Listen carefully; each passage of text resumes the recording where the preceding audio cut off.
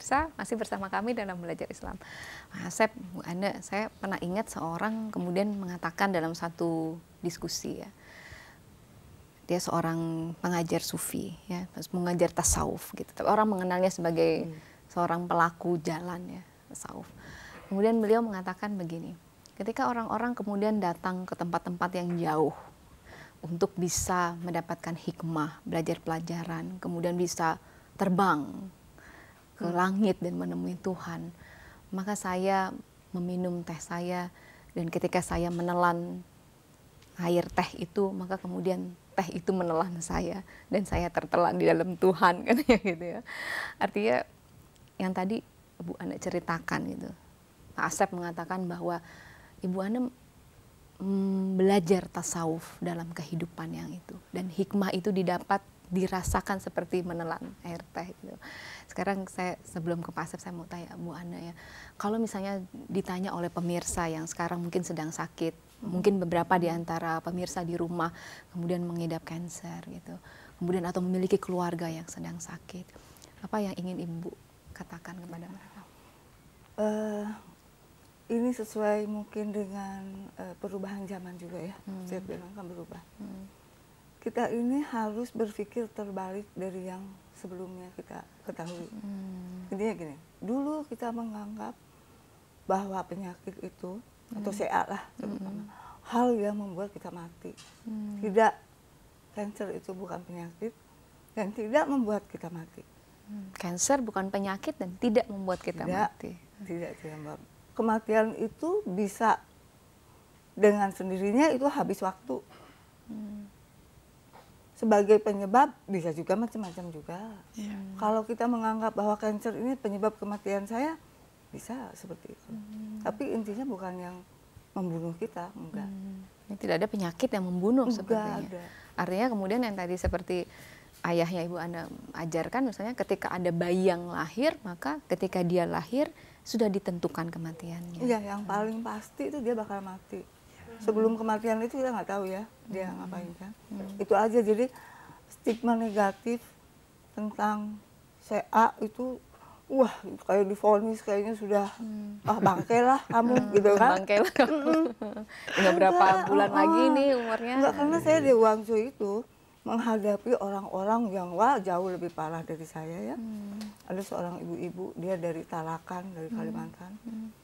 Udah pakai berangkar, pakai udah di mana-mana deh kanker dia. Bareng sama saya radiasi 1 bulan, bisa jalan pulang sama saya bareng. Dan bisa sembuh. Sembuh. Ada yang dari mana gitu lagi ya. Kan jadi ketemu seluruh Indonesia tuh pada berobat di sana.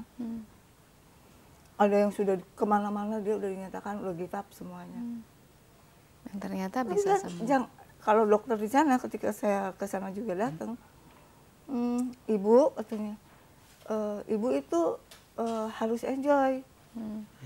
Jangan berpikir mati. Kalau mati kan cuma waktu selesai ya sudah selesai. Jadi pokoknya ini adalah tawakal dan ikhtiar. Ibu tawakal aja, siapin mental, kami akan bantu. Yang menyembuhkan bukan kami, yang membuat sembuh adalah Tuhan kamu.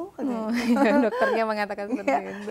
Jadi Ibu santai aja, siapin aja mental, Ibu enjoy.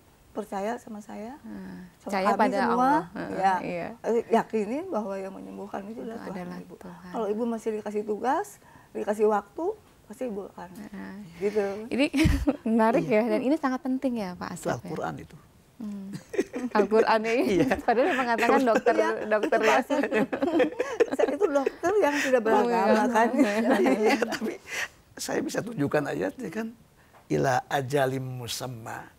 Itu ajal itu sering diartikan salah. Ajal itu sering diartikan mati, padahal ajal itu artinya waktu. Jadi ila ajalim musamma itu hidup ini sampai batas waktu. Berarti kematian itu jatuh tempo. Penyebabnya Allah narik ruh. Gitu, bukan itu.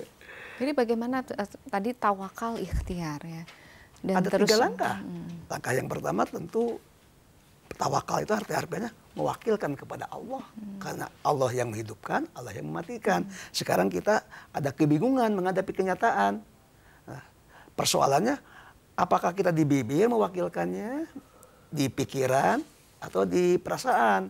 Kalau masih di bibir, belum mewakilkan. Belum Kalau masih di mewakilkan pikiran masih dan belum konsep. tawakal. Tapi kalau sudah di perasaan mewakilkannya, barulah total kita mewakilkan kepada Allah. Tawakal itu kan dari kata wakala, artinya mewakilkan. Persoalannya banyak orang yang tawakalnya baru di bibir dan di pikiran. Tapi tidak sungguh-sungguh. Tidak sungguh-sungguh masuk ke dalam hati. hati. Yang kedua, ikhtiar itu memilih yang terbaik. Ikhtiar itu kata khayyar kan, memilih yang terbaik.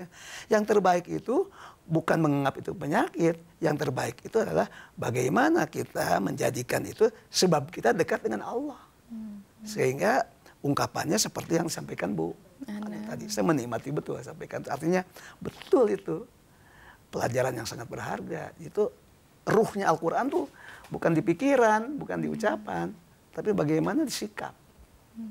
Dan memang sebetulnya Al-Quran itu adalah kemudian untuk menjadi pedoman hidup ya, dihidupi, dilakukan ya. Iya, pedoman. Dijalani dalam bisa kehidupan jadi, ini. Bisa jadi hidup kepada kita tuh kalau kita mau menerima pesannya. Tapi kadang-kadang kita menerima Al-Qurannya yang hanya menyentuh pikiran, lalu kita ucapkan. Dua pintu lagi dibiarkan kosong, tidak tersentuh oleh Al-Quran, yaitu perasaan dan rohani. Dan inilah kemudian tasawuf mengajak membimbing kita untuk belajar dari kehidupan. Kita tasawuf sebutnya ilmu rasa, ilmu rohani, dan belajar tasawuf bukan dengan guru-guru yang kering, tapi guru-guru yang bisa memberikan inspirasi. Dan itu tidak selalu datang dari seorang syekh atau seorang ustadz, seorang kiai. Dari siapa saja dari itu. Siapa saja. Bahkan hari ini kita belajar banyak dari Ibu Ana. Bu Ana dengan pengalamannya subhanallah.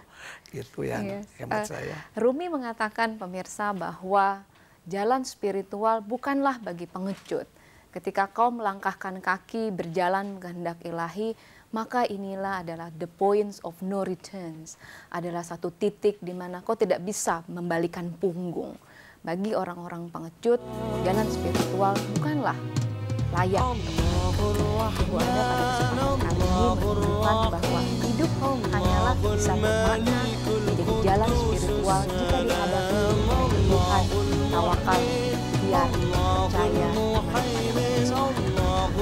kami mengucapkan banyak terima kasih kepada Ibu Ana yang berbagi pada kesempatan kali ini dan juga konsep yang telah banyak menunjukkan tentang pengalaman dan mengajak Anda untuk menyaksikan belajar Islam yang paling setiap hari jam 8 dan 9 malam di MNC channel Suara 2. Untuk mengirimkan saran dan kritik Anda melalui Facebook dengan nama Belajar Islam atau Twitter @belajarislam_id. Assalamualaikum warahmatullahi wabarakatuh. Terima kasih banyak.